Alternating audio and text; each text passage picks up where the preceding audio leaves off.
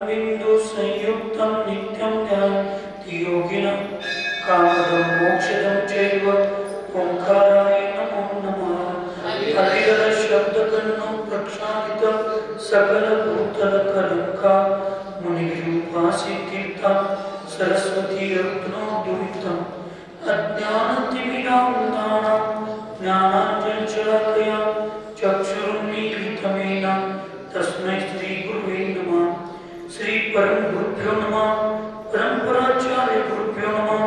सकल कलुष विध्वंसकं श्रेयसां परिवर्धकं धर्म संबंधकं भव्य जीवन मना प्रतिबोधकारक विदं शास्त्रं श्री मूलाचार्य प्रतिज्ञानदेयम् अस्य मूलग्रंथकर्तारं श्री सर्वज्ञ देवास्तुत्र ग्रंथकर्तारं श्री गंधर्वदेवाः प्रतिगंधर्वदेवाः तेषां उच्चोंसात् मासाद्य सकलकृत्य आचार्येण विरचितं वेदं शास्त्रं श्रोतारः सावधानतया शृण्वन्तु। मंगलं भगवान् वीरो मंगलं गौतमो मुनि मंगलं कुन्दकुन्दाब्जो जैनधर्मोऽस्तु मंगलं सर्वमङ्गलमाङ्गल्यं सर्वकल्याणकारकं प्रदानं सर्वधर्माणां जैनं जयतु शास्त्रं वन्दे विद्यासागरं वन्दे सद्गतिसागरं वन्दे चतुर्वेदसागरं श्रीमन्तं मुक्तिवर्धनं वृषभं वृषणायकं धर्मतीर्थकरं ज्येष्ठं वन्दे नन्दगुणार्णवं ज्ञानाचार्यपदप्राप्ता नरहसिद्धत्रियोगिनः नत्वा वशेष्ठज्ञानाचारं विश्वाग्रदीपकम्। पंचपरमेष्ठी भगवान की जय हो। अहिंसा में विश्व धर्म की जय हो। सिद्धांत शास्त्र की जय हो। परम पूज्य आचार्य सकल कीर्ति महाराज की जय हो। चारित्र चक्रवर्ती प्रथमाचार्य शांति सागर जी महाराज की जय हो। संत शिरोमणि आचार्य गुरु विद्यासागर जी महाराज की जय हो। शांतमूर्ति वत्सल रत्नाकराचार्य गुरु सनोती सागर जी महाराज की जय हो। 3 कम 9 करोड़ महाराजों की जय हो।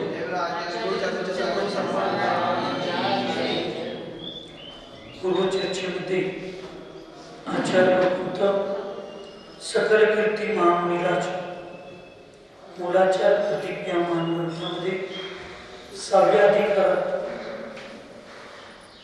4 प्रकारचे वाचनिक विधी असतात। धर्मरूप हितरूप वचन बोलणे, मीत अर्थात थोड्याच अक्षरामध्ये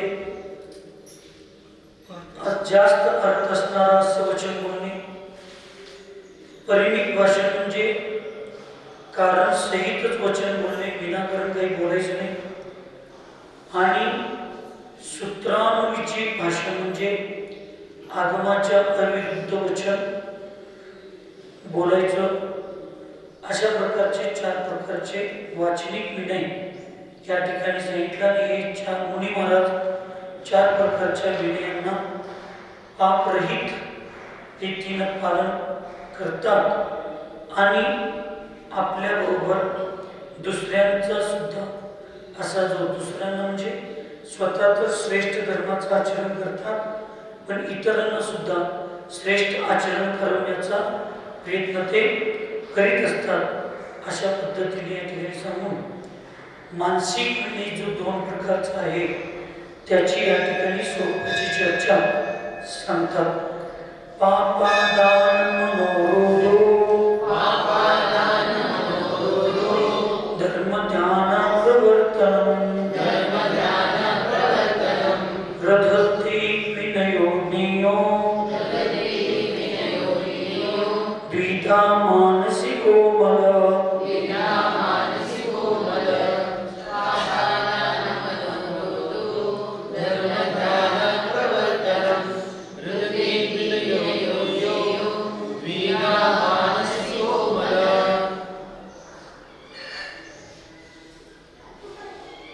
पाप आधान मनोरोधो धर्म ध्यान प्रवर्तितम म्हणजे पाप कर्मांच्या येण्याला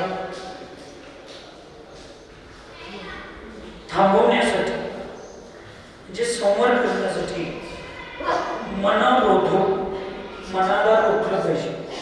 मनाला रोखलं पाहिजे याचा अर्थ काय? मनाच्या अशुभ विचार विषयांना रोखलं पाहिजे. धर्मध्यान प्रवर्तते आणि आपल्या मनाला धर्मध्यानामध्ये लावलं पाहिजे. एक वजाबाकी केलं तर एक बेरीज करायला पाहिजे. आचार्य भगवंत विद्यासागर महाराजजी सांगणार, तुम्ही दुर्गुणांची वजाबाकी करा म्हणजे दुर्गुण काढा, सद्गुणांची बेरीज करायची आवश्यकता नाही. या जगात दोनच व्यवस्था आहेत, एक मिथ्यात्व एक संमित्व, एक सत्य एक असत्य, एक शुभ एक अशुभ. ह्या दोन्हीपैकी एक 100% होणार. मग मी एवढंच नियम घ्यायचं, आजपासून मिथ्यात्व करणार नाही. मग सम्यक्त्व धारण करतो म्हणायची काही गरज आहे का? मी आजपासून पाप करणार नाही म्हणजे काय करणार? दोनच गोष्टी वर्तमान मध्ये. पाप करणार नाही याचा अर्थ पुण्य करणार. मी मिथ्यात्व करणार नाही याचा अर्थ सम्यक तुम्ही करणार. मी अशुभ परिणाम इथून पुढे करणार नाही याचा अर्थ. त्यामुळे हे दोनच विषय मनाचे. मी पाप करणार म्हणजे माझ्या मनाला कुठे लावणार? धर्मध्यानामध्ये, शुभ योगामध्ये, चांगल्या क्रियेमध्ये, चांगल्या व्यवस्थेमध्ये मी माझ्या मनाला लावणार. या दोनच गोष्टी. एक करायचं नाही म्हणजे दुसरं आपोआप होतं. ज्याला न्याय भाषामध्ये वीर सागर सरळ सागर महाराज बोलित आहे. मला जर वीर सागरांच्यावर बोलायचं आहे याचा अर्थ काय? मला सरळ सागरजींच्यावर बोलायचं म्हणजे आत्ताची चर्चा ती मला सरळ सागरजींच्यावर करायची. तरी पण सरळ सागर तिथंच बसले तर ते अज्ञानाचं किंवा अहंभावनेचं प्रतीक होणार. एवढ्या वाक्यावर जो शहाणा विद्वान ज्ञानी असतो तो काय करतो? मला उठून जायला पाहिजे. आम्ही धामणीत होतो.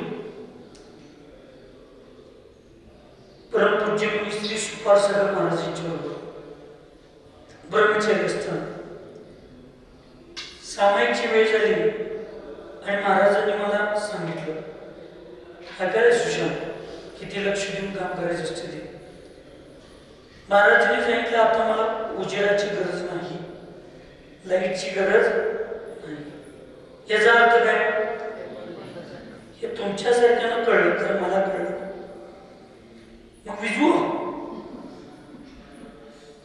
महाराज म्हटले हे मला सांगायचं असतं तर डायरेक्ट म्हणलो असतो लाईट विजवून. मला गरज नाही याचा अर्थ तुझं तू समजावून घ्यायला पाहिजेस. तू कसा काय ब्रह्मचारी झालायस रे बाबा म्हटलं. त्या दिवशी मी ठरवलं आजपासून मला कुठलं काम सांगायची वेळ पडता नाही. आणि मी जेवढे दिवस ब्रह्मचर्य अवस्थेत मी साधूच्या जवळ राहिलो, मला एकदा गोष्टीची सूचना मिळाली, एकदा गोष्टीची मला लक्षात आलं, मला परत दुसऱ्यांदा सांगायला लागलं. चौक्यात आम्ही असताना तुम्ही होता, आचार्यांना आपण आहार दिलो पडगाण करून. अमरकंटकच्या मध्ये त्या गावात पडगाण करून दिंडोरीला दिलं. सगळं माझ्या हातात होतं. मी आचार्यांच्या साईडला उभा राहूनच आहार द्यायचो. पण एकच घास मी आहार दिला आणि आमच्यातल्या सगळ्या लोकांना एक एक घास देऊन बाहेर काढलो. आचार्य तिथं जाऊन बसल्यानंतर स्पष्ट म्हणले, देखो 150-200 लोगों ने आहार दे दिया, लेकिन अनुशासन कितना अच्छा था. आपण आपल्यातली शिस्त पाहिजे. आपण साधू संतांच्या आहाराला जातोय ना, महाराजांच्या आपण उभा राहायचं नसते. निदान अंतराय उपवास पारणीला आपण जातोय, आपण महाराजांच्या विषयी उभं राहायचं नसते. आपण तिथं स्वयंपाक जिथं आहे तिथं उभं राहायचं, बसायचं आणि एक एक वस्तूचं शोधन करून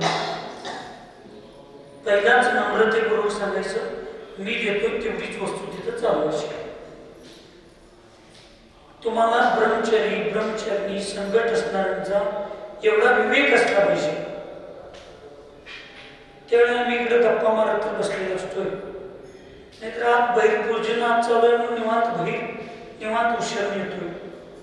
महाराजांना ज्या वेळेला स्वयंपाक सांगत असतात त्यावेळी आपलं लक्ष एवढं पाहिजे की चुकून श्रावकाने एखादी वस्तू विसरली असेल तर आपण म्हटलं पाहिजे, गोड काही सांगितलं नाही बरं, भाज्या कुठल्या बोलला नाही तुम्ही.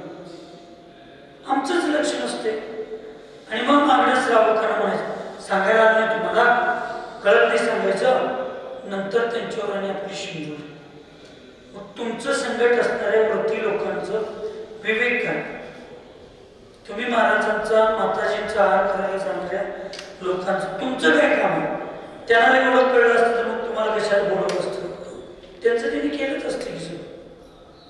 दुसरी गोष्ट, आहार सांगत असताना ती शुद्धी पूर्वपर्यंत आता काय महाराज इथं आहार काय काय आणि महाराजांना माताजींना आजच्या परिस्थितीनुसार त्यांचं उपवास आहे, अंतराय आहे, सलेखन चालू आहे, काय मग मला काय आहार दिला पाहिजे ते एका मिनिटात लक्षात घेतलं पाहिजे.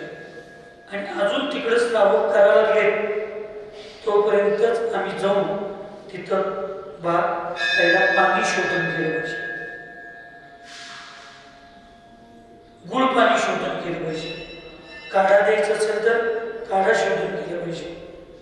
असं शोधन करत बसायचं नाही. एक झारी घ्यायची, झारी, त्या झारीनं त्या ग्लासमध्ये पाणी, दूध, ते काढा जे काय ते शोधन करून घ्यायचं, ते पेला बघून घ्यायचं, ते द्यायचं. ते देऊपर्यंत दुसरं भात तयार झालं पाहिजे. सगळं सांगितल्यावर मग भात काढायचं आम्ही. म्हणजे मग ते गरम असलं तर महाराजांनी हात असं करून उभं राहिलं पाहिजे. एक कायोत्सर्ग म्हणजे 9 वेळा नमोकार मंत्र म्हणायच्या आत श्रीकांत वया हातात जर वस्तू नाही घातली तर महाराजांना अंतराय करायला सांगितले. लाचार्याची मुद्रा आहे, बरोबर आहे. म्हणून आपण माताजीच्या जवळ बसायचं नाही, आपण त्या स्वयंपाकाजवळ बसायचं. आणि जी चौक्यातली लोक आहेत त्यातलं एक जबाबदारी महिलेला आपल्या जवळ घ्यायचं, बाकीच्यांना म्हणायचं तुम्ही बघून द्या, आम्ही शोधन करून देतो, तुमचं तुम्ही व्यवस्थित आहार द्या. बहुतांशी संघात काय होतंय, ब्रह्मचारी वरती लोक ते मालकच होतात तिथं. जणू काय यांच्या आपण गाठल्यावरच महाराजांना बोट लागतंय, माताजींना बोट लागतंय. नाही, आपण साधू आणि वरती आपण सुद्धा आपल्या संघाच्या लोकांना व्यवस्था करायला पाहिजे. त्यांच्याच आपण घेत बसायचं नाही. समाजामध्ये ज्यांच्या घरात चौका असतो त्या घरातल्या लोकांच्या मनामध्ये साधूंच्या बद्दल आणि सोबत जाणाऱ्या सेवकांच्या बद्दल अनादर निर्माण होतो. सकाळला आम्ही सगळं करायचं आणि हे नेऊन तिथं महाराज मातांच्या विषयी मालक पाहिजे. आपण रोजच आहे. ज्यांचा चौका आहे, ज्यांनी एवढं श्रद्धेपूर्वक भक्तीपूर्वक केलेलं आहे, त्यांना आपण संधी द्यायला नको. तुम्ही त्याचा स्थान बाहेरचे जे श्रावक येतात त्यांच्याकडे एक तास घ्यायचं, थांबा बघू. चौक्यातल्यांच्याकडे जास्त घेतलं पाहिजे. इथं चौक्यातल्यांच्या हातात भाजी वगैरे सगळं द्यायचं आणि भाकरी वगैरे असते. बाहेरचे येतं एक घास द्या, चल वा बाजू. आपण आपल्या चौक्यात शिस्त लावली पाहिजे. ताईने तसंच केलं. तुमच्या काही काय विचारत आहे, मी पण त्यांच्याकडे शिकलो कसं घ्यायचं ते. 300-400 लोक जरी चौक्यात आली तरी आम्हाला न आहार देता एखादा व्यक्ती परत गेला असं कधी होत नाही. आपल्याला ही व्यवस्था असली पाहिजे आणि हे वृत्ती लोकांना, संकट असणाऱ्या लोकांना कळलं पाहिजे, घरातल्या लोकांना दिलं पाहिजे. माताजींच्या जवळ कोण पुरुष जाता कामा नये. माताजींच्या चौक्यात पुरुषांनी पुढनच द्यायचं, महिलांना साईडला बसवायचं. महाराजांच्या चौक्यामध्ये पुरुष आजूबाजूला 2 उभे करायचे, महिलांनी पुढनच आहार दिला पाहिजे, पुरुषांना साईडला उभं करायचं. एवढं शिस्तबद्ध.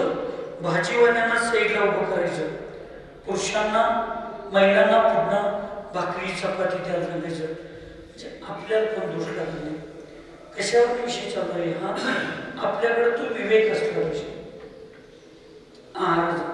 आणि हे धर्मध्यान हे आम्हाला समजलं पाहिजे.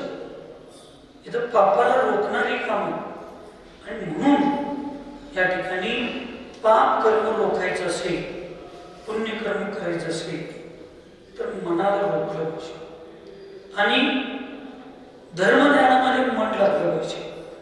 तर आपण आहार देताना सुद्धा आपलं तर धर्मध्यान लागायलाच पाहिजे, इतरांना सुद्धा ते धर्मध्यान झालं पाहिजे. एवढा विवेक मग सांगायला सुद्धा लागता का म्हणे की मला हे महाराजजी काय सांगितले आणि हे पाहिजे. एकच धान्य महाराज खाणार आहेत, माताजी एकच धान्य खाणार आहेत, 2च धान्य खाणार आहेत. तर त्यांच्या शरीराला अनुकूल आणि आता केलेल्या पदार्थांच्या मध्ये जास्त पदार्थ कुठल्या धान्याचे आहेत ते अन्न चालवायचं, ते धान्य चालवायचं. रेग्युलर कॅशर गाठल्यागत भात आणायचं. आता एकच धान्य खाणार आहे आणि तुम्ही पहिला भात गाठला, महाराजांनी भातच कोणी आला पाहिजे आणि म्हणायचे महाराज आमच्या घरात काही खाल्लाच नाही. आता गव्हाचे 5 पदार्थ केले, गहू घालायला चालू करायला, गव्हाचे पदार्थ द्या. हे धर्मध्यान करण्यासाठी आपल्याकडे इच्छा असली पाहिजे, आपलं मन व्यवस्थित असलं पाहिजे. म्हणून समोरच्या व्यक्तींनी एकदा सूचना दिल्यानंतर, एकदा सांगितल्यानंतर हे सांगायला लागतं का म्हणे, लाईट लावा, लाईट विझवा, अमुक करा, तमुक करा. आणि आपण साधू लोकांनी सुद्धा, आमच्याकडनं सुद्धा त्या चुका होतात. आपलं पण एक शिस्त लावलं पाहिजे स्वतःच. तुमच्या माहितीसाठी सांगतो, व्रती लोक झोपली असतील आणि तुम्ही जर त्यांना उठवलं विनाकारण तर ते सुद्धा आपल्याला पाप. तुमचे नियम करा, आम्ही 9:30-10 वाजता आम्ही झोपणार आहे, मला लाईट विझवायलाच पाहिजे. ते ब्रह्मचार्य ना, आपण काय उठतोय, आपल्या आपल्या क्रिया करतोय, इथे येऊन बसतोय. त्यांना आंघोळ करायचं आहे, त्यांना बाकी सगळे करायचे, त्याला 4:30-5:00ला उठायला लागते आणि तुम्हीच 12 वाजेपर्यंत लाईट कुठे पण बसलो. म्हणजे आम्ही पण आम्ही बसलो, ते बिचारे झोपलेले असतात. मग तुमच्या लाईटीसाठी त्यांनी 12 वाजेपर्यंत जागायचं काय? झोपलेले ना तुम्ही उठवून विझवायला लावणार. एकेकांना एकदा झोप लागली की परत जाग झाली की ते परत झोप लागत नाही. म्हणून आपण लोकांनी सुद्धा आपलं धर्मध्यान, आम्हाला काय झालंय, सरळ सागर चिन्ह वाटतंय 24 तास वाचलं म्हणजेच धर्मध्यान. वाचलेलं रवंत पण करायला पाहिजे, चिंतन पण करायला पाहिजे. ते चिंतनासाठी 1-2 तास वेळ द्यायला पाहिजे. आपण सगळ्यांनी एक ठरवलं पाहिजे, आपलं पण धर्मध्यान झालं पाहिजे आणि आपल्या बरोबर आपल्या सोबत आहे त्यांचं सुद्धा धर्मध्यान झालं पाहिजे. आम्हाला काय आंघोळ करायचं नाही, आम्हाला काय स्वयंपाक करायचं नाही, आम्हाला काय करायचं नाही. आम्हाला तिथनं उठायचं, इथे यायचं, इथनं उठायचं, तिथं जायचं. मग ह्या बाकीच्या वृत्ती लोकांनी काय करायचं, आपल्या सेवकांनी काय करायचं. मग त्यांनी 12 वाजता झोपा लागले आमच्यामुळं, तर त्याने उठणार कवा, आवडणार कवा, येणार कवा. तर आपल्या लोकांनी, आपण लोकांनी सुद्धा त्यांना मस्त सूचना करायची, पालन करायची इच्छा आहे. पण आमचंच बेशिस्तपण असेल, आमच्याकडेच टाइम टेबल नसेल. आम्ही एकदा 9ला झोपायला लागलोय, 9लाच लाईट विजवायला लावतोय, आम्ही एकदा 12लाच विजवायला लावतोय, एकदा 10लाच विजवायला लावतोय. त्या लोकांनी करायचं. आपण लोकांनी सुद्धा शिस्तबद्ध जीवन महाव्रतीने बदललं पाहिजे. मग व्रती लोकांना सुद्धा शिस्त लागते. म्हणून धर्म द्या अशा प्रकारचे मानसिक विचार जे आहेत ते मानसिक विनय 2 प्रकारचा आहे. एक विनय आहे तो मनाला चुकीचे काम करण्यापासून, अशुभ परिणामांपासून रोखणं, आणि दुसरं मनाला धर्मध्यानामध्ये लावणं. हे 2 प्रकारचं मानसिक विनय आहे. प्रणाम आदि के द्वारा अपने से बड़े का विनय करना चाहिए.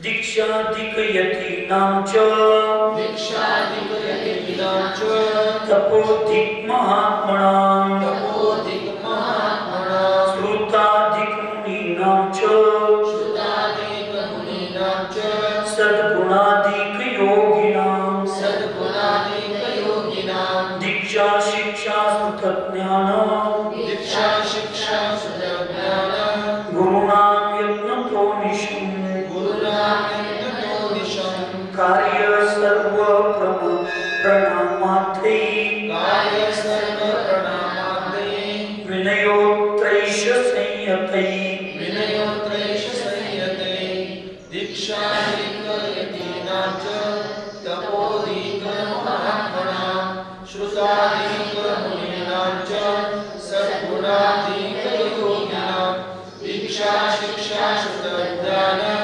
गुरुणां यत्नतो निशं, कार्य सर्व प्रणामार्थै, विनयोत्रैष संयतै. दीक्षा अधिक यतीनां च, तपो अधिक तपः अधिक महात्मनां. आपल्यापेक्षा दीक्षेने मोठे असतील तर ते सुद्धा गुरु रूपच आहेत. कळलं? नम्रता.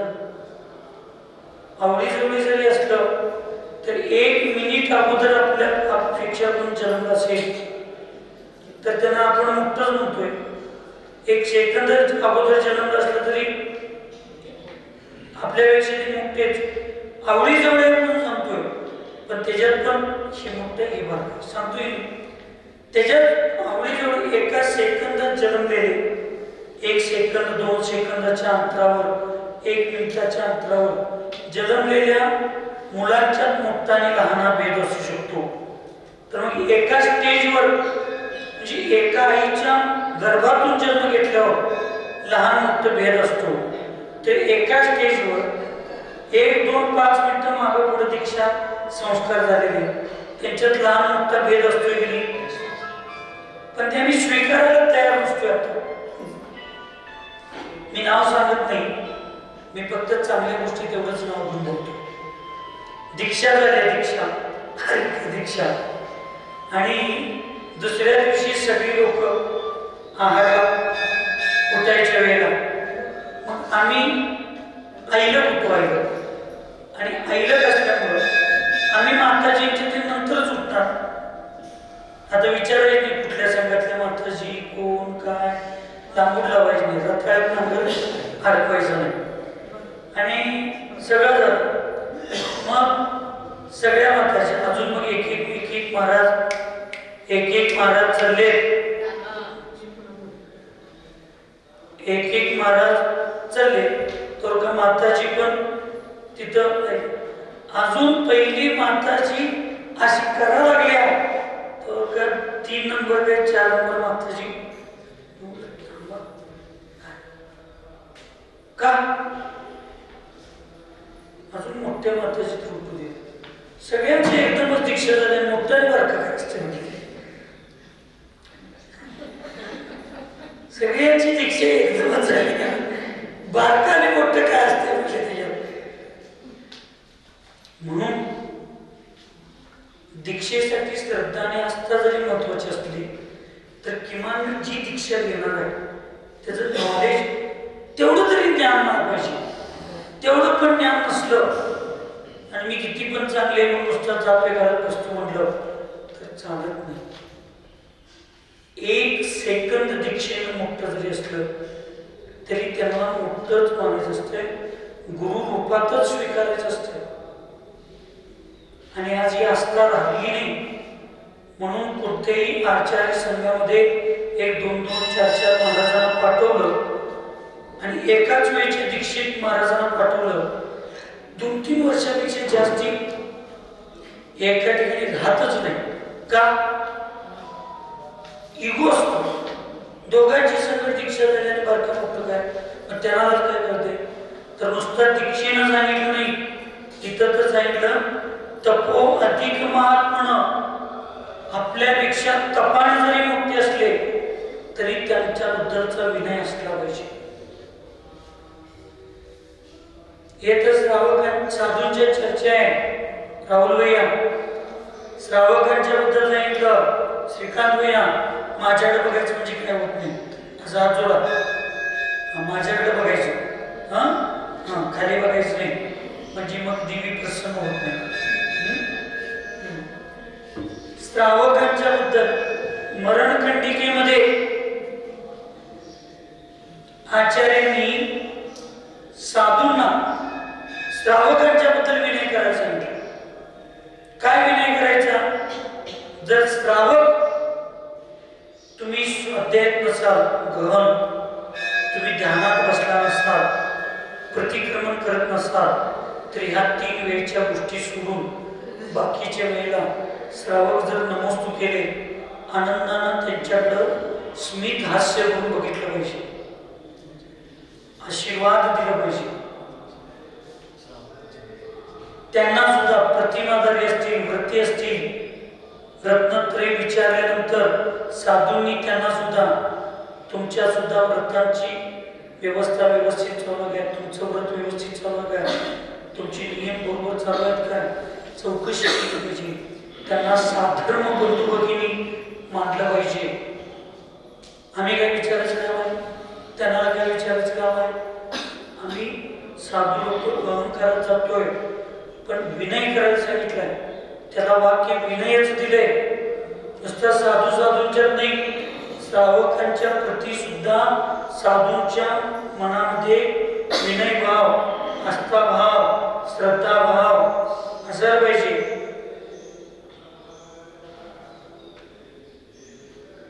आमच्यापेक्षा वयानं मोठे आता इथं अजित पंडित आहेत, प्रतिष्ठाचे आहेत, आमचं कुटुंब मामा आहे, हे सगळे आमच्यापेक्षा ते वयानं मोठे असतात. आम्ही दीक्षेत जरी मोठं असलो तरी आमच्यापेक्षा वयानं मोठे असतात. आम्ही त्यांना हे कोणत्या बोलतो श्रावक आहेत म्हणून हे अजित तिकडे. आता अजित मामा आमच्या वडिलांच्या वयाचं आणि मी महाराज आहे ते श्रावक आहे म्हणून हे अजित तिकडे या म्हणलो तर हा सुद्धा अभिनयाची भूमिका आहे. आमच्या बाबतीत लहान आचार्यांनी अजून ते पण गुण आमच्यात नाही पण निदान सत्य ते स्वीकारलं पाहिजे. आचार्य श्री आम्हाला सांगितले होते छोटे की छोटे बच्चे को भी आप करके बुलाना चाहिए. लहानातल्या लहान मुलाला सुद्धा आप. आचार्यांनी कधी विचारलं तर तुम कहां से आए म्हणत नव्हते, आप कहां से आए, आप अभी क्या करते हो. स्वतःच्या संघातल्या ब्रह्मचार्यांना सुद्धा आचार्यांनी कधी तुम क्या करते हो कधी म्हटले नाही. आपको ऐसा करना चाहिए, आपको ऐसा करना चाहिए. बहुवचन भाषेत बोलत होते आचार्य. एवढे मोठे महान आचार्य आम्ही त्यांच्या अपेक्षेने कुठं आहे आणि आम्ही एकेरी भाषेत बोलतो ब्रह्मचार्यांना. व्रती लोकांना एकेरी भाषेत बोलतोय, साधू संतांना एकेरी भाषेत बोलतोय. ठीक आहे आपल्यापेक्षा लहान असतील तर एखाद्या वेळेला बोललं तर ठीक आहे पण पण किमान ते समोरची वृत्ती वीराचार्य अकॅडमीमध्ये शिकून अधिकारी झालेल्या अधिकाऱ्यांना सुद्धा मुलांना मी बोलतो एक स्थिर माताजीने दिसत अधिकाऱ्यांना सुद्धा किमान समाजा पुढे आम्ही आल्यानंतर मी त्यांना आवाज बोलवतो.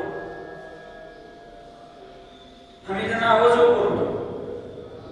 खोलीत आहे ठीक आहे, प्रत्येकाचे एक पद आहे, प्रत्येकाचा एक सन्मान आहे, प्रत्येकाचा एक विनय आहे. ते तुमचे विद्यार्थी असले तरी आज मोठे हा व्यवहारात आहे. बाप जर कलेक्टर ऑफिस मध्ये शिपाई म्हणून नोकरीला असेल आणि पोरग जर कलेक्टर म्हणून तिथं आलं तर घरात त्या पोरग्याला बाप मारू शकतो, पण त्या ऑफिस मध्ये माझं पोरग आहे म्हणून जो स्वरूप नाही मारलं तर हवालदार बाप जर हवालदार मोठा भाऊ धाकटा भाऊ जर PSI SP म्हणून आला तर त्याला स्वरूप नाही मारलं तर नोकरीवर काढून टाकतात.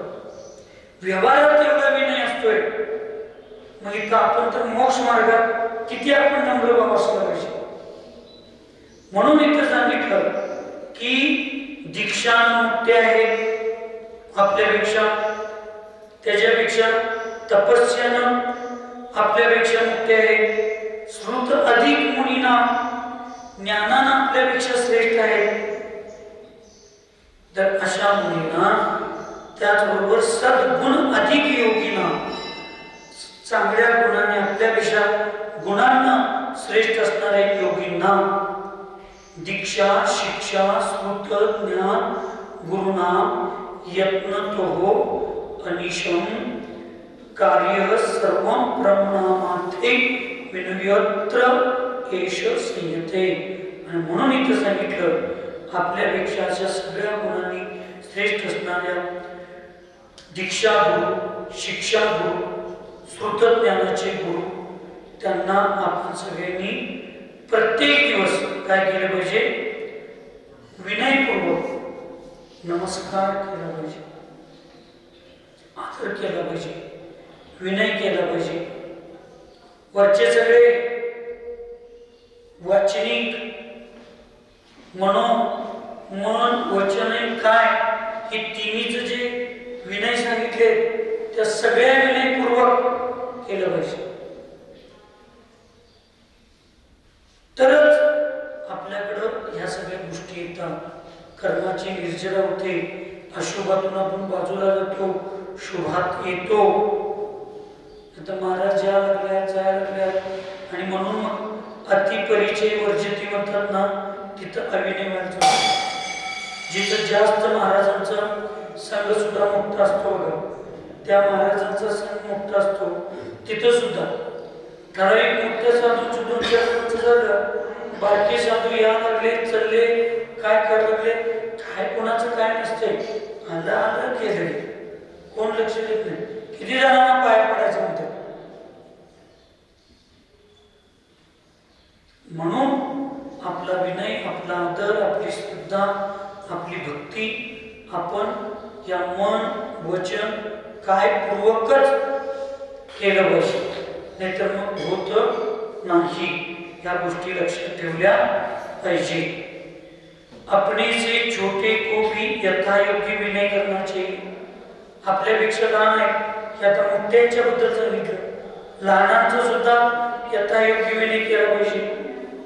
एक महाराज एक माताजी लहान माताजींना एकेरी भाषेत बोलवतात. हे बस के उठकी इकडे की तुला काय करते, म्हणजे काय.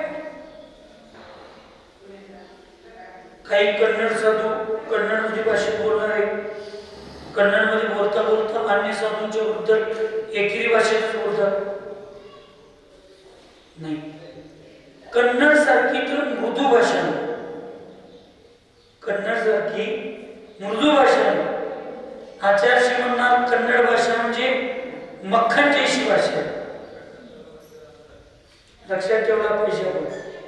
आपल्यापेक्षा श्रावक सुद्धा मोठे असतात, बारो बळग्या नाही.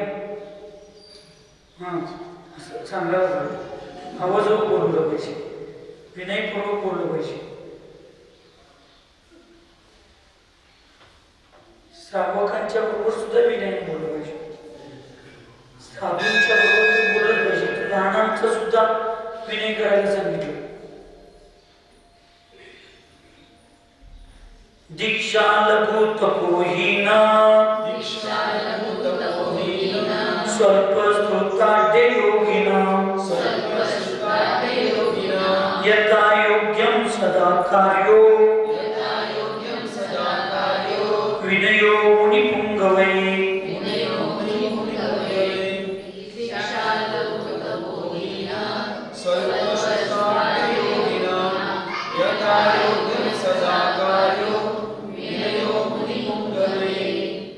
किती सुंदर, किती आचार्यांनी विचार करून ग्रंथ लिहिले.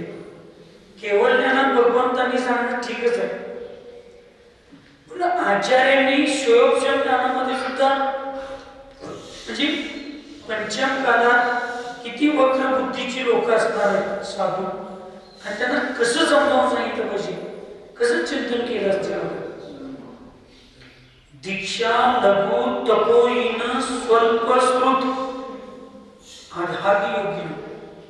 नुसता दीक्षेनं लहान आहेत असे नव्हे, दीक्षेनं लहान आहेत, आपल्यापेक्षा तप कमी करतात, ज्ञानानं लहान आहे, अशा लोकांच्या साधूंच्या बाबतीत सुद्धा यथा योग्यम सदा कार्य विनयो मुनिपुंगवे.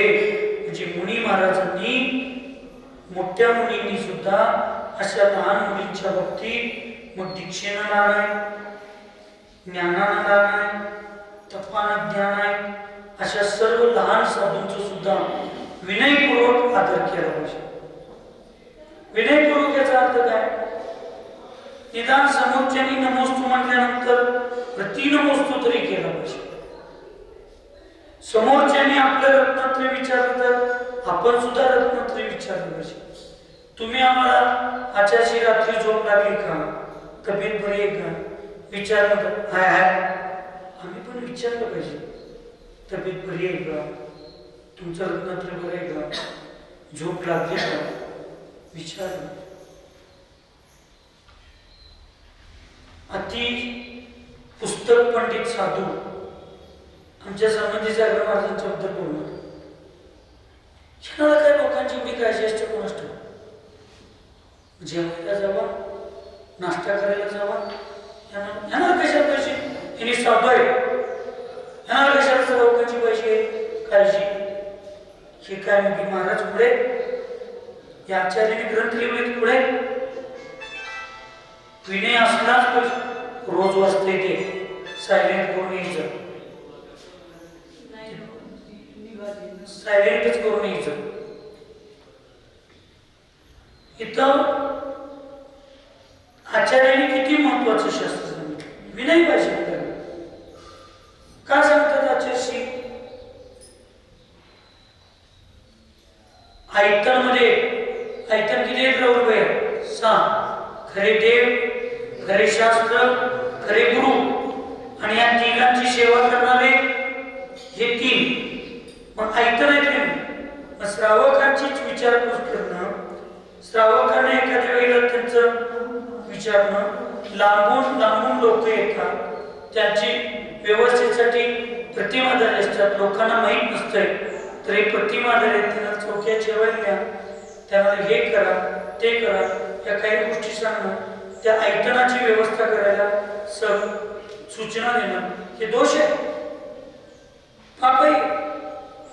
हे कोणाच्या डोकी देतंय?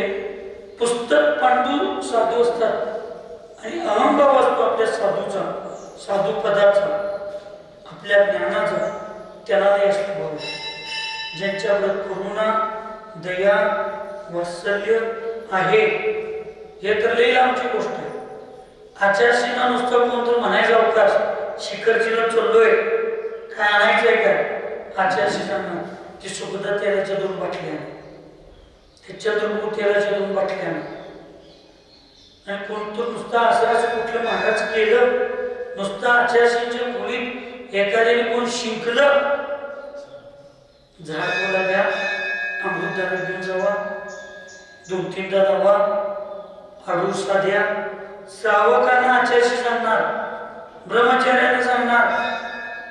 ते जर चंद्रपूर सागर महाराज खोकला बघा, आडोशाचा काढा करून दे म्हणून त्यांना नावाप्रमाणेच वात्सल्य मूर्ती होती, वात्सल्य रत्नाकर होती. नुसतं नाव ठेवायचं काय सोपं आहे, गुण होती त्यांच्या. ह्यांना कशाला पाहिजे ते म्हणत होते, ते लई चांगले चांगले साधू म्हणत होते, ज्ञानी साधू म्हणत होते.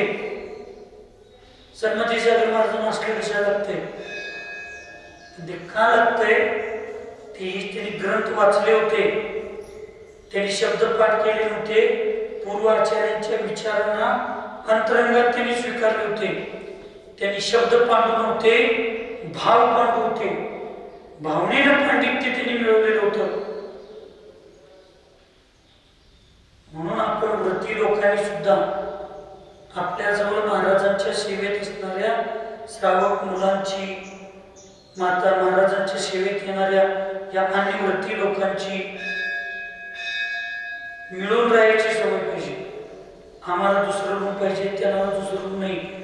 आपण गाडी झोपायचं, पण आपल्यापेक्षा मोठ्या लोकांना वर झोपवायचं. आम्ही म्हणायचं नाही श्रावकांना त्यांची व्यवस्था दुसरीकडे करा. आमच्यात व्यवस्था संपल्यानंतर मग येणाऱ्या श्रावकांना, प्रति लोकांना दुसरीकडे व्यवस्था करा म्हणायला पाहिजे. मिळून राहण्याची सवय पाहिजे. सुट्ट फिरून राहायची सवय झाली ना दीक्षा घेतल्यावर संगत मिळून राहणार आहे मी, ना समाजात मिळून राहणार आहे. म्हणून इथं सांगितलं, आपल्यापेक्षा दीक्षेनं लहान असले तरी त्या साधूंच्या बद्दल आदर असला पाहिजे. आम्ही सिंहासनावर बसलोय तर आपल्या महाराजांना, श्रावकांना सांगून पाठ घाला म्हणायला पाहिजे. कारण आपल्याला थंड लागते तसं त्यांना पण थंड लागतं. जमीन आपल्याला त्रास होते तसं त्यांना पण त्रास होत असतंय. पण हे विनय गुणांचा इतका ऱ्हास होत चाललाय.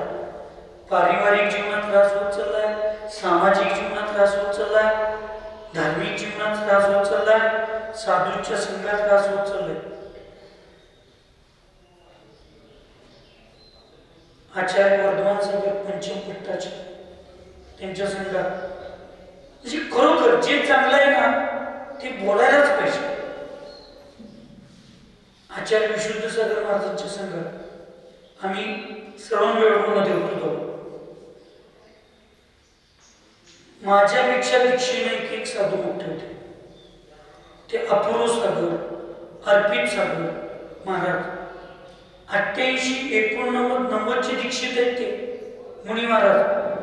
आम्ही 2009ला आमची दिगंबर दीक्षा झाली.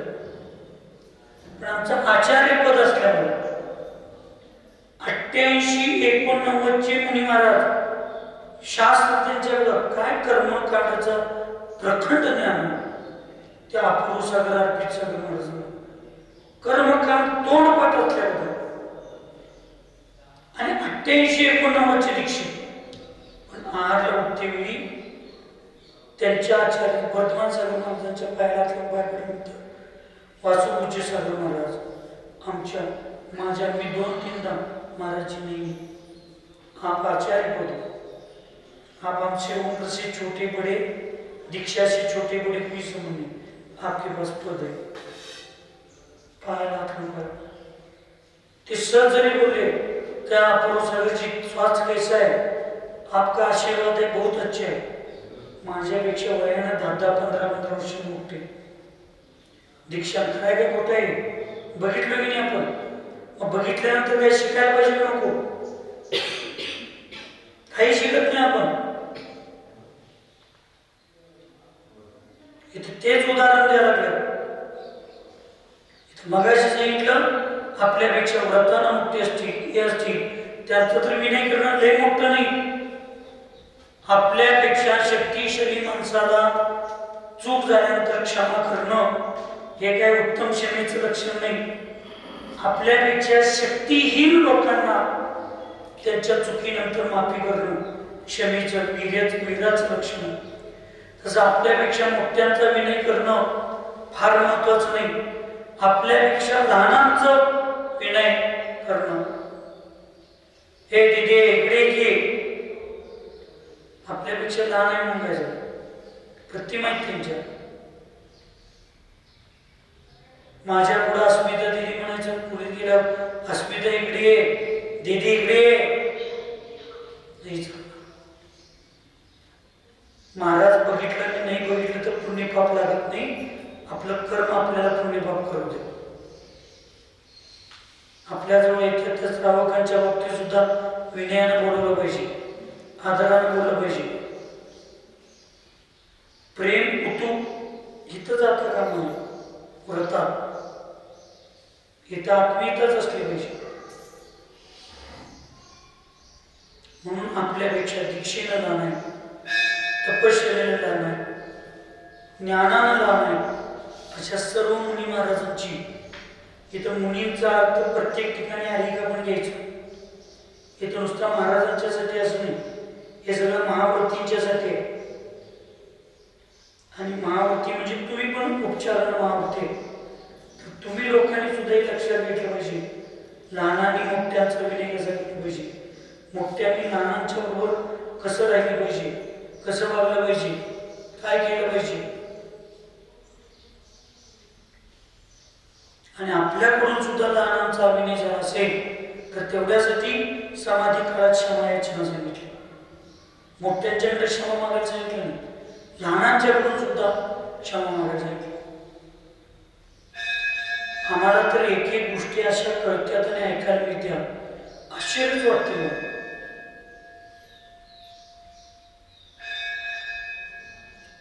लोक कमी सेवेला, मोठ्या माताजींनी धान्य त्याग केलं की ज्वारी खायत नाही, तर बारक्या माताजींनी सुद्धा ते त्याग करायचं का, तर आपल्या श्रावकांना त्रास होत नाही. तुम्हाला त्रास होतोय, श्रावकांची एवढी काळजी आहे, संघटनेतल्या प्रति लोकांची काळजी नाही. लहानांनी नियम घेतात तसं मोठ्याने त्याग करायचं, मग लहानांच्या पद्धतीने जायचं. आता माझं मुख त्याग आहे, महाराजांनी मुख त्याग केला पाहिजे. मी खजूर त्याग केलोय, महाराजांनी खजूर त्याग केला पाहिजे. माझं गुरा साखरेचं त्याग आहे, मग सांगितलं का दिदी लोकांना दोन दोन व्यवस्था करायला लागत नाही का, तुझ्या पद्धतीने तू साधना करायला पाहिजे, त्यांच्या पद्धतीने त्यांनी करू दे. आता त्यांचं औषधच सरळ सागर महाराजांना बाकीच काही खात नाही, लिंबू वर्गीय फळ त्यांना चालत नाही, संत्री चालत नाही, मोसंबी चालत नाही, डाळिंबी चालत नाही, ताक पेलेलं चालत नाही, चालत नाही त्यांना. त्यांच्या शरीरात ते विष आहे, विकृत आहे. माझं त्यांना काय सफरचंद काय खजूर बिजूर, पण मी खजुराचा त्याग करू. माझ्या दिदींना डबल डबल लोकांना त्रास होत आहे, तुम्ही खजूर खायचं नाही, चालणार आहे तसं चालत. आपल्यापेक्षा आपले कुठले नियम खाण्यापिण्याचे आपल्या लहानांच्यावर लावायचे. याने ऐकलोय, बघितलोय, चांगल्या चांगले ज्ञानी लोकांच्याकडे असं होते, साधूंच्या असं नाही. आता हे वाचल्यानंतर ऐकल्यानंतर आपण जर असं वागलो असेल तर क्षमेचे भाव पाहिजे, लहानांच्याकडे क्षमा मागण्याची धाडस असलं पाहिजे आपल्याला. ते क्षमा वीरांचं भूषण. आपल्यापेक्षा मोठ्यांना क्षमा करणं म्हणजे वीरांचं भूषण नाही. लहानांच्याकडे क्षमा मागणं, लहानांना क्षमा करणं, त्यांचा आदर करणं, विनय करणं भूषण. प्रत्येक वेळेला नियम नसतो, लक्षात ठेवा. सून चुकते, काही वेळेला सासूची सुद्धा चूक असते. असं काही धर्मात नियम नाही. प्रत्येक वेळेला शिष्य चुकतात, लहानच लोक चुकतात, आम्ही सुद्धा चुकतोय, मोठी लोक सुद्धा चुकतात. पण आपली चुका लक्षात आल्यानंतर आपण सुद्धा लहानांच्या पुढे हात जोडून क्षमा मागितली पाहिजे. हे कळलं पाहिजे आपल्याला. हा विनय आहे, तोच मोक्ष मार्ग आहे. नुसता गाथा पाठ करून, सूत्र पाठ करून, संस्कृत पाठ करून काय होत नाही. आचरणात आलं पाहिजे. म्हणून इथे सांगितलं जे मुनी दीक्षेनं दान आहे, तपश्चर्यानं ज्ञान आहे, ज्ञानानं दान आहे, हीनता कधी करायची नाही. माझ्या आयुष्यात मी माताची स्टेजवर कुठल्याही महाराजांना प्रवचन बंद करायचं कधी म्हटलं नाही. सांगू देत कोण. एक तर परिस्थिती बघून द्यायचंच नाही, आणि एकदा जर दिलं तर सूचना द्यायची नाही, बंद करा.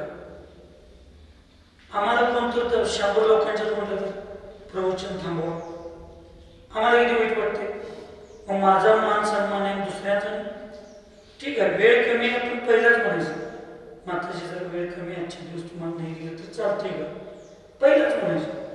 दिल्यानंतर परत माझं प्रवचन चुकल, मला कमी बोलायला मिळत म्हणून लहान साधूंना प्रवचन बंद करा कधीही म्हणायचं.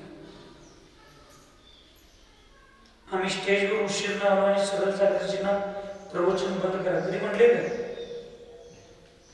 महाराजी काय करू, तुमचा विषय.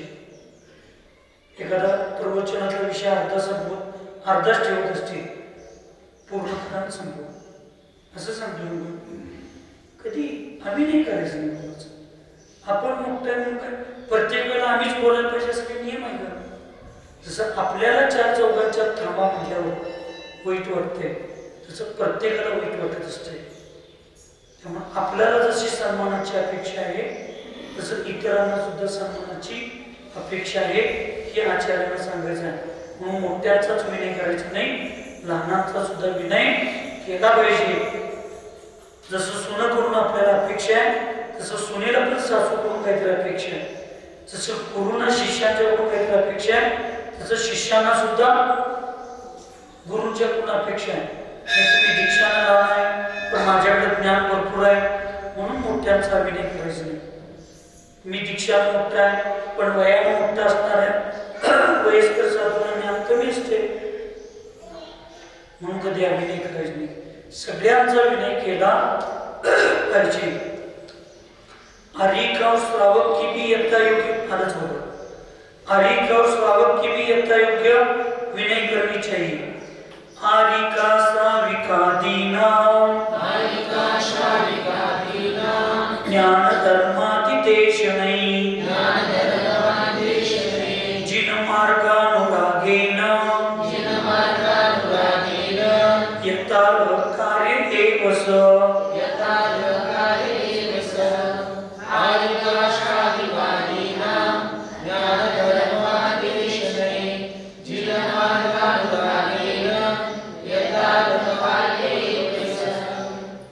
इसी प्रकार मुनियों को, मुनि महाराजांना ज्ञान व धर्माधिक का उपदेश देकर व जिन मार्ग में अनुराग कर आरिका और श्रावकों की विनय भी यथायोग्य रीति से करते रहना चाहिए. मुनि महाराजांना आपल्याजवळ असणाऱ्या आरिकांना, श्रावकांना, श्राविकांना नुसतंच ब्रह्मचार्याने कामच करायचं, स्वाध्यायाला आमच्याकडे वेळ नाही. देगी लोकांनी, प्रतिमाधारी श्रावकांनी, संघटना लोकांनी नुसता तुम्ही काम करायलाच तुम्हाला आणले का? त्यांनी काही नोकर आहेत? नोकरांना सुद्धा एक विधी आहे. हे तर वरते घरदार सोडून येतात, शिकण्यासाठी येतात, स्वाध्याय करण्यासाठी येतात. आपण त्यांना चांगलं शिकवलं पाहिजे. आरिकांना सुद्धा ज्ञान आहे, आचरण आहे, चारित्र्य आहे, उपदेश आहे, शिकवलं पाहिजे. तुम्ही दीक्षा जरी आमच्यापेक्षा लहान असला तर वयानं मोठा आहे. मग तपोवृद्ध, वयोवृद्ध, ज्ञानवृद्ध, गुणवृद्ध हे शब्द आहेत की वृद्धचा अर्थ काय? मोठे. मग तुम्ही आता आरिक आहे आणि महाराज आहे, आचार्य आहे म्हणून तुम्ही लहान आहे आमच्या म्हणून आम्ही कसं पण तुम्हाला बोलून चालेल का? तुमच्याशी कसा पण व्यवहार करून चालेल का? आदर केलाच पाहिजे, व्यवहार केलाच पाहिजे. तुम्ही म्हणणार महाराज तुम्ही का चिडताय? आता प्रायश्चित्तशास्त्र तुम्ही वाचलं असला गणित तर तुमच्या लक्षात यायला पाहिजे की प्रायश्चित्ताचं विधान संघातले साधू, संघातले व्रती, संघातले व्यवस्था करणारी आपली लोक सामुदायिक मध्ये चूक केली असते. गुरुजी सर्वांच्या समोर तुमची चूक झाली असेल आणि मी तुम्हाला खोलीत घेऊन किती मोठं प्रायश्चित्त दिलं तरी ते अपवादाला निमित्त. का? समाजापुढे तुम्ही चूक केला तर समाज काय म्हणणार? हा, यांच्या घरात चौकातल्या लोकांची चूक झाल्यावर महाराज काय बोलतच नाही. यांच्या संघात चुका झाला तर चालते आणि श्रावकांना चूक झाली की महाराज कावतात. हा अपवाद येतो संघावर. म्हणून एकांतात चूक झाली असेल, गुप्त चुका असतील तर गुप्त प्रायश्चित्त द्यायला सांगितलं. संघामध्ये फक्त चुका झाली असतील तर संघासमोर प्रायश्चित्त, एक साधूला दुसऱ्या साधूला प्रायश्चित्त द्यायला संघापुढे सांगितलं. एकांतात चुका झाली असतील तर एकांतात प्रायश्चित्त द्यायला सांगितलं. आणि समाजाच्या समोर जर महाराजी, माताजी, ब्रह्मचारी, ब्रह्मचरणी चुका केल्या असतील तर समाजाच्या पुढे त्यांना प्रायश्चित्त द्यायला सांगितलं. नसेल तर समाजात अपवाद येतो, समाजात चर्चा होते. तुम्ही खोलीत घेऊन 10 प्रायश्चित्त द्या, 10 उपवास द्या आणि समाजापुढं दीदी हे चालणार नाही घेऊ नका. उदाहरण सांगा. ही दीदी म्हटल्यावर एकदम घाबरत नसते.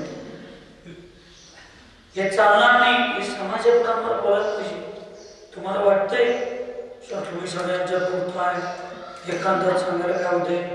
तुम्ही पण चुका एकांतात करत जा. लोकांच्या पुढे कशा करायला पाहिजे?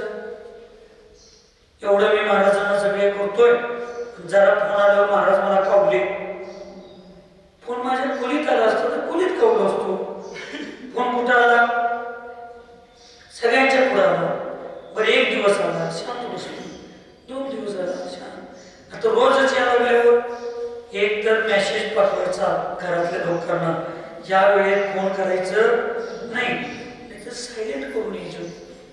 आपल्या फोन वाजण्यानं, आपल्या कुठल्याही तुम्ही एकमेक बोलताय या बोलण्यानं तुमच्या आजूबाजूच्या श्रावकांचं मन विचलित झालं तर ज्ञानावरून कर्माचा बंद होतो.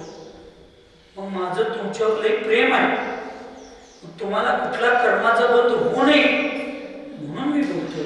तुमच्या द्वेष भावनेला आम्ही तुम्हाला बोलत नाही. आहे ते पहिलाच कर्ज फिटणं झाले, कर्म फिटणं आणि नवीन बांधून घ्यायला लागलो ते आणि खाऊ फेडायचं.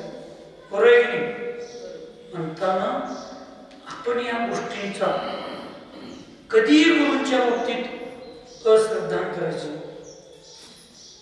कधीही असं म्हणायचं नाही आम्हाला 4 लोकांच्यात का बोलले, एकांतात सांगायला काय होते म्हणायचं. हे प्रायश्चित्त शास्त्र त्यांनी वाचले, तुम्हाला काय माहिती? आम्ही डॉक्टरला म्हणून चालत इंजेक्शन डाव्या हातात देऊ नका, उजव्या हातात द्या. आम्ही डॉक्टर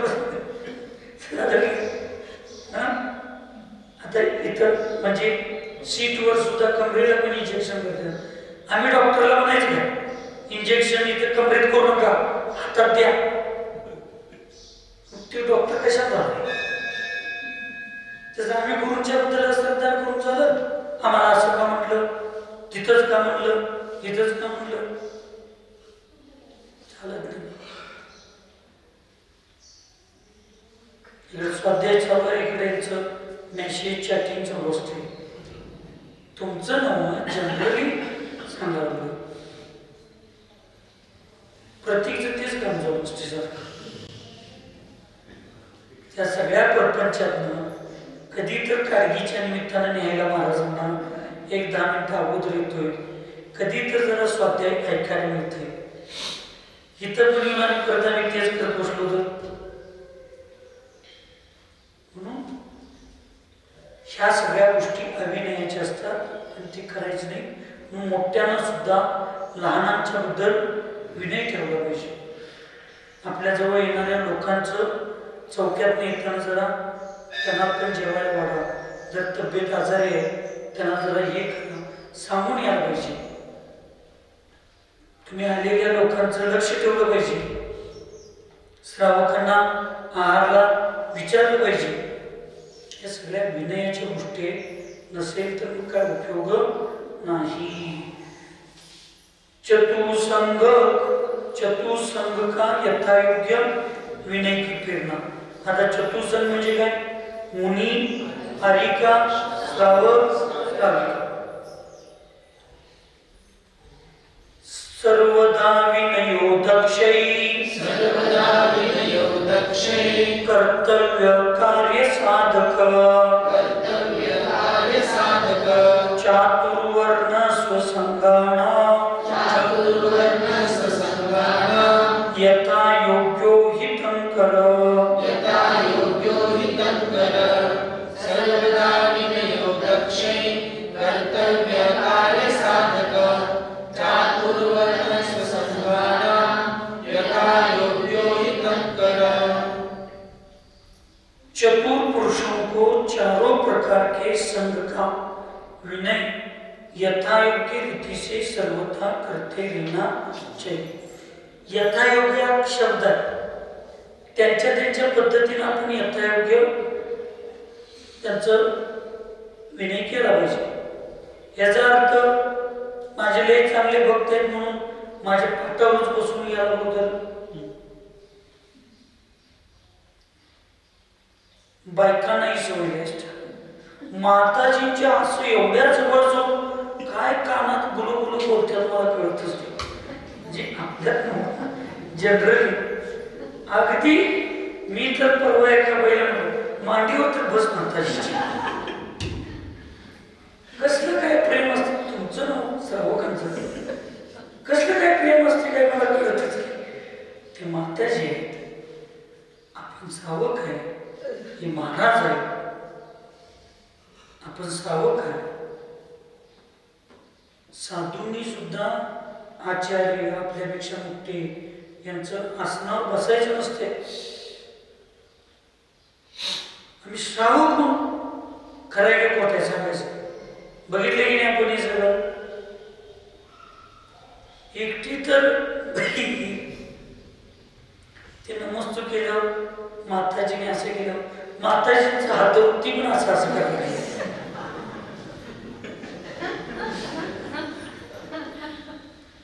मी म्हटलं अहो त्या माताजी आमच्या मैत्रिणी नाही. काय सांगायचं तर ते आमचे पण अजय मित्र, पूर्वीचे मित्र अजय येतात, दर्शन देतात, त्यांना माहितीच नसते. त्या एक लोकांनी केलं तर ठीक आहे, आपण तर आपण काळजीपूर्वक करायला पाहिजे. पण यथायोग्य हा शब्द जर विसरला तर नाही.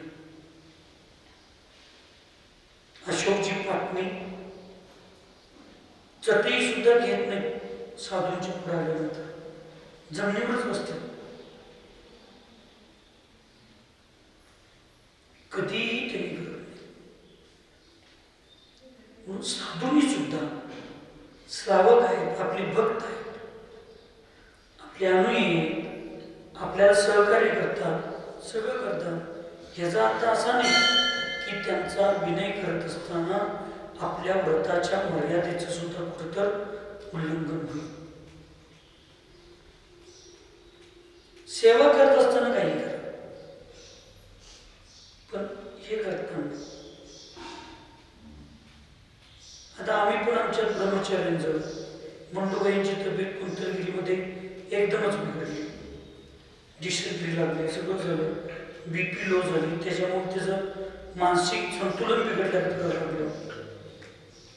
पण आम्ही त्यांच्या खोलीत गेलो. आम्ही म्हणलो नाही आमच्या खोलीत आणा, आम्ही त्यांच्या खोलीत गेलो. मांडीवर त्यांचं डोकं मांडीवर घेऊन सगळं केलं. आम्ही सांगितलं, आमच्या जवळ बसून आम्ही त्यांना ते लिंबू सरबत, ते औषध आम्ही गाणं म्हणलो. आता ते आजारी असताना गाणं म्हणलो म्हणून आता रेग्युलर हे आमच्या दिदीला हे असलं करून घाला, तसलं करून घाला, मी चौक्यात जर बसू 5 मिनिट सांगूनच यायला लागलो. आमच्या ब्रह्मचारीने घाला श्रीपाद भैया माझा लाडका ब्रह्मचारी आहे. गौंड्रीदार गौंड्र आळंद गौंड्र.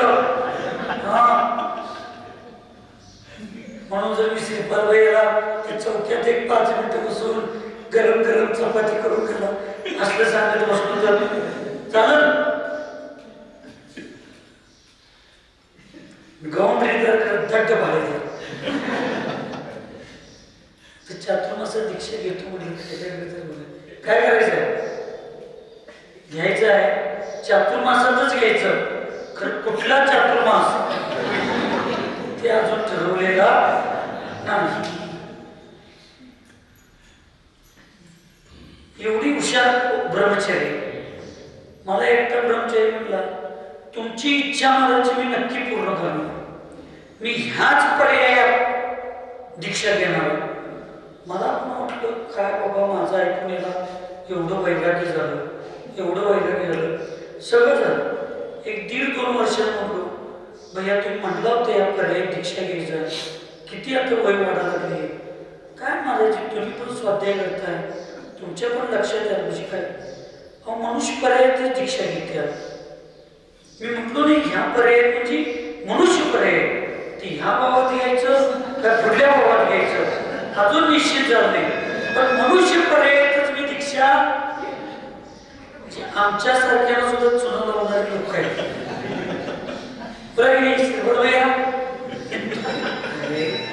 उदाहरण म्हणजे आता महाराजांनी एवढं माहित नाही का मनुष्य पर्यायात दीक्षा घेतात. ह्या पर्याय म्हणजे आम्हाला वाटलं ह्या भाऊ ते म्हटलं हे भाऊ म्हटलो नाही मी मनुष्य पर्यायात म्हटलो. बरोबर घे कधीतरी घे म्हटलं असं करून चालणार नाही. म्हणून चतुर पुरुषों को चारों प्रकार के संग का विनय यथायोग्य रीति से सर्वथा करते रहना चाहिए क्योंकि यह विनय समस्त कार्यों को सिद्ध करने वाला और सबको हित करने वाला है.